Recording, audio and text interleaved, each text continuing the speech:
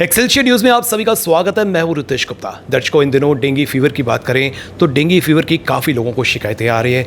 किस तरह से ये फैलता है, क्या रोकथाम है, क्या इलाज है, इन तमाम पहलुओं पर आज हम चर्चा करेंगे। इस वक्त मेरे साथ डॉक्टर विशाल टंडन जी हैं। आइए इन्हीं से विस्तार से जानकारी हासिल करते हैं।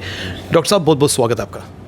Thank you very much. Sir, जिस तरह से डेंगू फीवर की बात करें, सब जानते हैं कि मॉस्किटो के काटने से जो है ये पनपता है और इन दिनों जो है काफ़ी शिकायतें आ रही हैं, काफ़ी लोग जो हैं इसकी गिरफ्त में आ रहे हैं। सबसे पहले मैं ये जानना चाहता हूँ कि कैसे पता चलता है कि ये जो फीवर है नॉर्मल फीवर नहीं है, ये डेंगू फीवर है। देखिए, आपने बड़ा अच्छा प्रश्न किया। मुझे लगता है श्रोताओं के लिए बहुत महत्वपूर्ण है ये जानना कि भाई कौन सा फीवर डेंगू है और कौन सा एक साधारण फीवर है।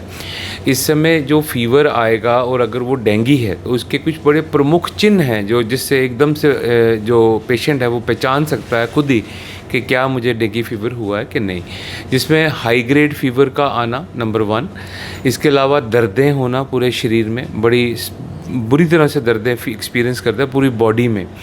इसके अलावा उसको रैश, फीवर विद रैश, और वो पेटिचियल रैश, छोटे छोटे पूरी बॉडी में रैशेज़ हो जाना, वो एक्चुअली क्या होता है सबक्यूटेनियस टिश्यू में ब्लीड का एक चिन्ह है।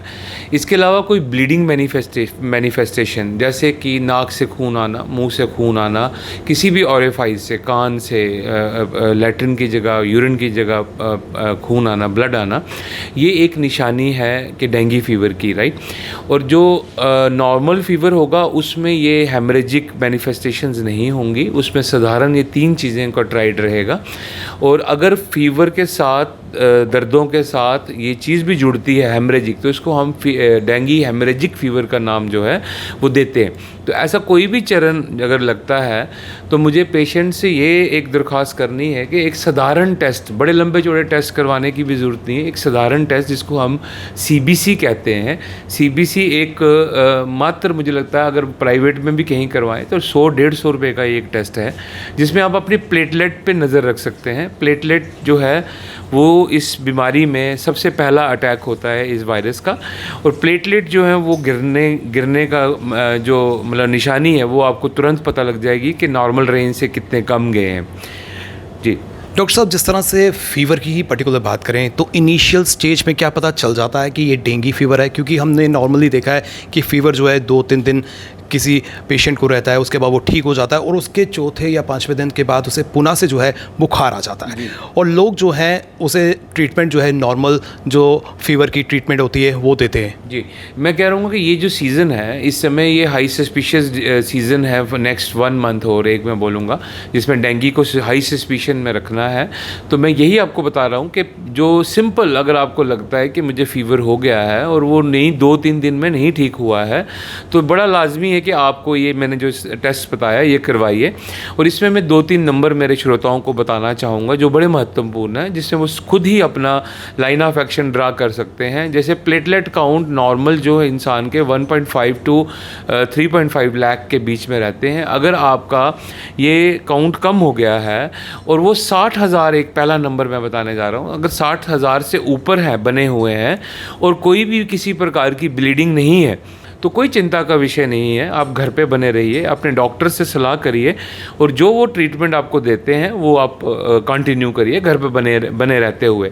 दूसरा, अगर एक और नंबर मैं देता हूँ 20,000 और 25,000, चाहे बच्चे हों, चाहे बुज़ुर्ग हों, चाहे महिलाएं हों, अगर आपका प्लेटलेट काउंट 25,000 के लगभग आ गया है, अगर आपको ब्लीडिंग नहीं भी है तो भी आपको एडमिट होना है। बिकॉज़ इस सूरत में 20 से 25,000 के प्लेटलेट कम होने से हमें उसको प्लेटलेट ही एक मात्र ट्रीटमेंट जो है वो हमें देना है। तो ये 2 नंबर ज़रूर याद रखें। 60,000 से ऊपर हैं तो कोई पैनिक नहीं होने की ज़रूरत है। लेकिन हाँ, एक चीज़ और बताता चलूँ, इवन 60,000 से ऊपर है कभी कभी एटिपिकल प्रेजेंटेशन भी होती है। जैसे मान लीजिए किसी का 1,00,000 प्लेटलेट काउंट दिखा रहा है और वो ये सोचे कि मुझे कोई चिंता नहीं है, लेकिन उसको एक जो वार्निंग साइन मैंने आपको बताए, ब्लीडिंग पे सबसे इम्पॉर्टेंट वार्निंग साइन है। अगर उसको ब्लीडिंग भी हो रही है तो उसको भी आकर मेडिकल कॉलेज में या किसी भी हेल्थ सेंटर में एडमिट होना है। ये बड़ा लाजमी है, नंबर 1। तो इसी से ही हमें पता लगेगा। तो प्लेटलेट एक सिंपल, बाकी हाई एंड इन्वेस्टिगेशंस की अगर आप बात करें तो वो वहाँ कराई जाती हैं जहाँ पे आपको ज़रा भी डाउट हो कि ये डेंगू फीवर है भी कि नहीं।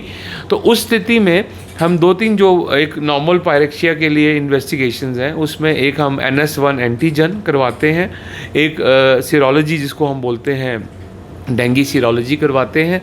इसी तरह टाइफाइड का टेस्ट करवाया जाता है, यूरिन का एक रूटीन टेस्ट करवाया जाता है, मलेरिया का भी टेस्ट करवाया जाता है। ये 4-5 टेस्ट करवाए जाते हैं अगर हम डाउटफुल हैं अगर तो डॉक्टर साहब, जिस तरह से मेडिसिन की बात करें तो क्या इसके लिए कोई स्पेसिफाइड मेडिसिन है या फिर जो सिम्टम्स हैं उन्हीं को देखकर जो है मेडिसिन सजेस्ट की जाती है? बड़ा अच्छा प्रश्न किया आपने। देखें, इसका कोई, मैंने पहले ही बताया शुरू में, एक तो ये वायरल ओरिजिन है और मॉस्किटो के काटने से होती है। इसमें एज सच कोई मेडिसिन अवेलेबल नहीं है टू ऑफर।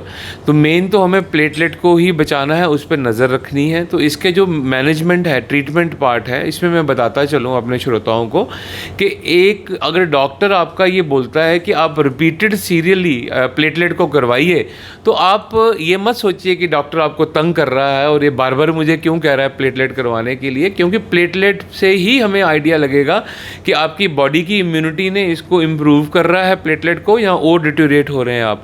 तो इसलिए वो अगर आपको रिपीटेड प्लेटलेट टेस्ट एक दिन के अंतराल के लिए बोलता है तो वो करवाइए, पहली बात तो ये। दूसरा, जो एंटीबायोटिक्स का है, मैं बोलता चलूँ, बहुत महत्व नहीं है इस बीमारी में अनटिल अनलेस आपको कोई सुपर इन्फेक्शंस हैं, आपको चेस्ट भी इन्वॉल्व है, टाइफाइड भी आपको साथ आया है, तो उस स्थिति में एंटीबायोटिक्स का रोल रहेगा और वो भी जो आपका डॉक्टर निर्धारित करे वो खाइए।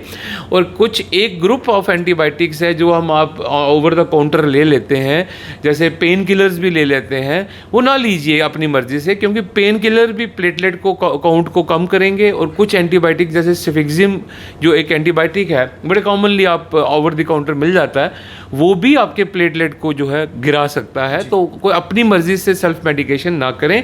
हाँ, बाकी लाजमी है जो आपने बात कही, आपकी इम्यूनिटी को बूस्ट करना है तो अच्छा हाइड्रेशन बड़ा इंपॉर्टेंट रहेगा, अच्छे फ्रूट्स का सेवन बड़ा इंपॉर्टेंट रहेगा। रिसर्च ने ये प्रमाण किया कि 2 जो फ्रूट्स हैं बड़े लाभदायक रहते हैं, उसमें कीवी का एक बड़ा प्रमुख रोल है, पपाया का बड़ा एक प्रमुख रोल है, उसको आप कंज्यूम करें। कुछ जो आयुर्वेदिक रिसर्च ये भी कहती है कि गोट मिल्क, लेकिन गोट मिल्क में एक चीज़ मैं ज़रूर अपने श्रोताओं को बताता चलूँ कि वो बॉयल करके ही कंज्यूम करें, क्योंकि एक ये प्रथा है कि अनबॉइल्ड गोट मिल्क को कंज्यूम करते हैं, फिर वो डायरिया की तरफ जाते हैं और अपने केस को और कॉम्प्लिकेटेड कर देते हैं। तो गोट मिल्क अगर कंज्यूम करना भी है तो वो अगर लाभ नहीं करेगा तो नुकसान भी नहीं देगा, लेकिन उसको बॉइल्ड लीजिए और एक मात्रा में कंज्यूम करिए, अच्छे फल खाइए, अच्छा हाइड्रेट करिए। और जो प्लेटलेट सबसे बड़ी इंपॉर्टेंट बात है, अगर आपका कम होता है तो प्लेटलेट के लिए आपको मेडिकल कॉलेज में आना पड़ेगा। और मैं आपको आश्वस्त करता हूँ एडमिनिस्ट्रेशन की तरफ से कि जो यहाँ पे पूरी व्यवस्था है आपके प्लेटलेट के मतलब रिप्लेस करने के लिए, आपको देने के लिए, कोई भी पेशेंट जो नीडी है।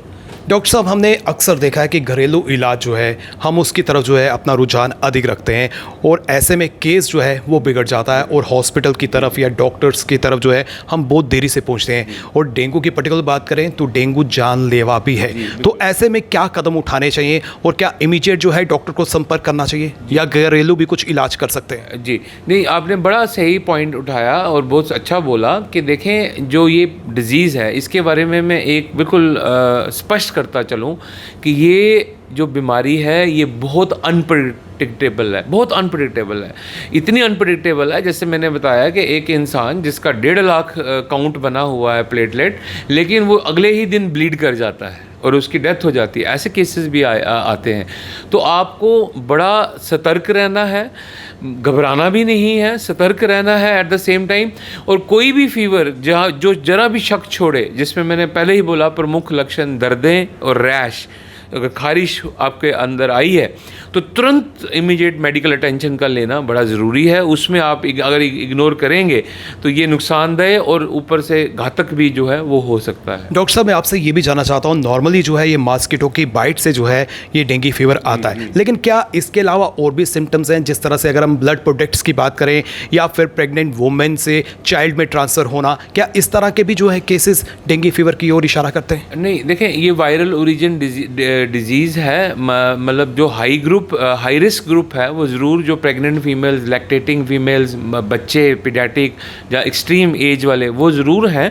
लेकिन जो मोड ऑफ ट्रांसमिशन है वो मॉस्किटो बाइट ही है। और ऐसा भी एक जो प्रमाण ये अभी आया कि जैसे मैन टू मैन, मतलब आपको मॉस्किटो ने काटा, आप इन्फेक्टेड हो गए, आपसे आपके बाइट की वजह से जो दूसरे में ट्रांसमिट हुआ, this is how it is spread. लेकिन मेन मसला यही रहेगा कि आपकी इम्यूनिटी जो है वो बहुत किस चीज़ें को निर्धारित करेगी। आपकी इम्यूनिटी अगर अच्छी है तो मुझे लगता है कि जितनी मर्जी ग्रेव इन्फेक्शन भी हुई है तो आप उसको बड़े अच्छे से सस्टेन कर पाएंगे। तो इस समय जो है खान पान और अच्छा, जो मुझे लगता है डाइट का बड़ा इम्पॉर्टेंट रोल रहेगा, आपके लाइफस्टाइल का बड़ा एक इम्पॉर्टेंट रोल रहेगा। जो लोग डाइट करते हैं, जो लोग जिमिंग करते हैं, वो चीज़ बड़ी इंपॉर्टेंट है, उनको देखना कि अपनी न्यूट्रिशन कैसे मेंटेन करें। और एक चीज़ मैं और बताता चलूँ, इसके अलावा प्रिवेंशन जो हम बोलते हैं कि always is better than cure.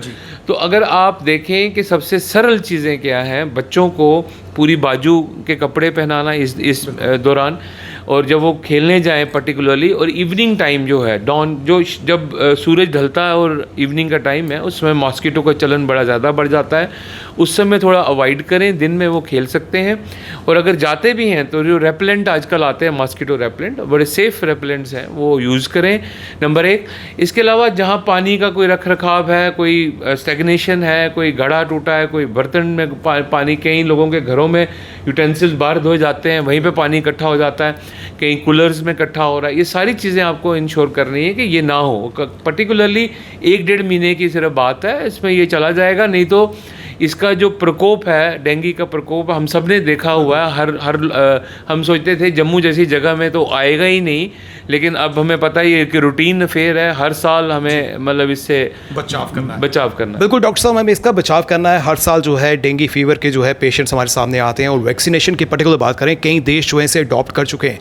Bharat देश की बात करें, जम्मू कश्मीर की बात करें, क्या कोई पॉसिबिलिटी है कि डेंगू की वैक्सीनेशन जो है हमें भी मिलेगी? इस पे एक बड़े एडवांस लेवल पे जो है ट्रायल्स, क्लिनिकल ट्रायल्स जो हैं चल रहे हैं, and I am very sure very soon इसके में भी एक मुझे लगता है विजय होगी, और वो मार्केट में जब वैक्सीन आएंगी इसके प्रति, तो बड़े कॉमनली ये मतलब मुझे लगता है हेल्थ केयर सिस्टम में एंटर करेंगी, और लोगों का बचाव बड़े और अच्छे और सुदृढ़ तरीके से किया जा सकेगा। बहुत बहुत शुक्रिया डॉक्टर साहब, आपने हमें समय दिया।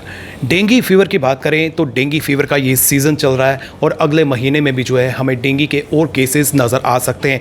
इसीलिए हम सबकी जिम्मेदारी बनती है, एक नागरिक की जिम्मेदारी बनती है, हर फैमिली मेम्बर की ये जिम्मेदारी बनती है कि हमें मॉस्किटो को पनपने नहीं देना है। कहीं पर भी आपको पानी नज़र आता है, पानी रुका हुआ है, उसकी निकासी का जो है आपको रास्ता बनाना है, ताकि मच्छर जो है वो जन्म ना ले। मच्छर अगर जन्म नहीं लेगा, ये मच्छर की बाइट नहीं होगी, तो डेंगू फीवर जो है हमारे समाज में किसी भी तरह की इन्फेक्शन जो है वो नहीं लाएगा। इसीलिए कहते हैं कि आप जो है अपना बचाव कीजिए, अपनी सोसाइटी का बचाव कीजिए, अपने परिवार वालों का बचाव कीजिए, और घरेलू इलाज मत कीजिए। अगर डेंगू फीवर हो जाता है तो तुरंत जो है डॉक्टर को कंसल्ट करें, ताकि समय रहते जो है आपका ट्रीटमेंट हो सके, और समय रहते जो है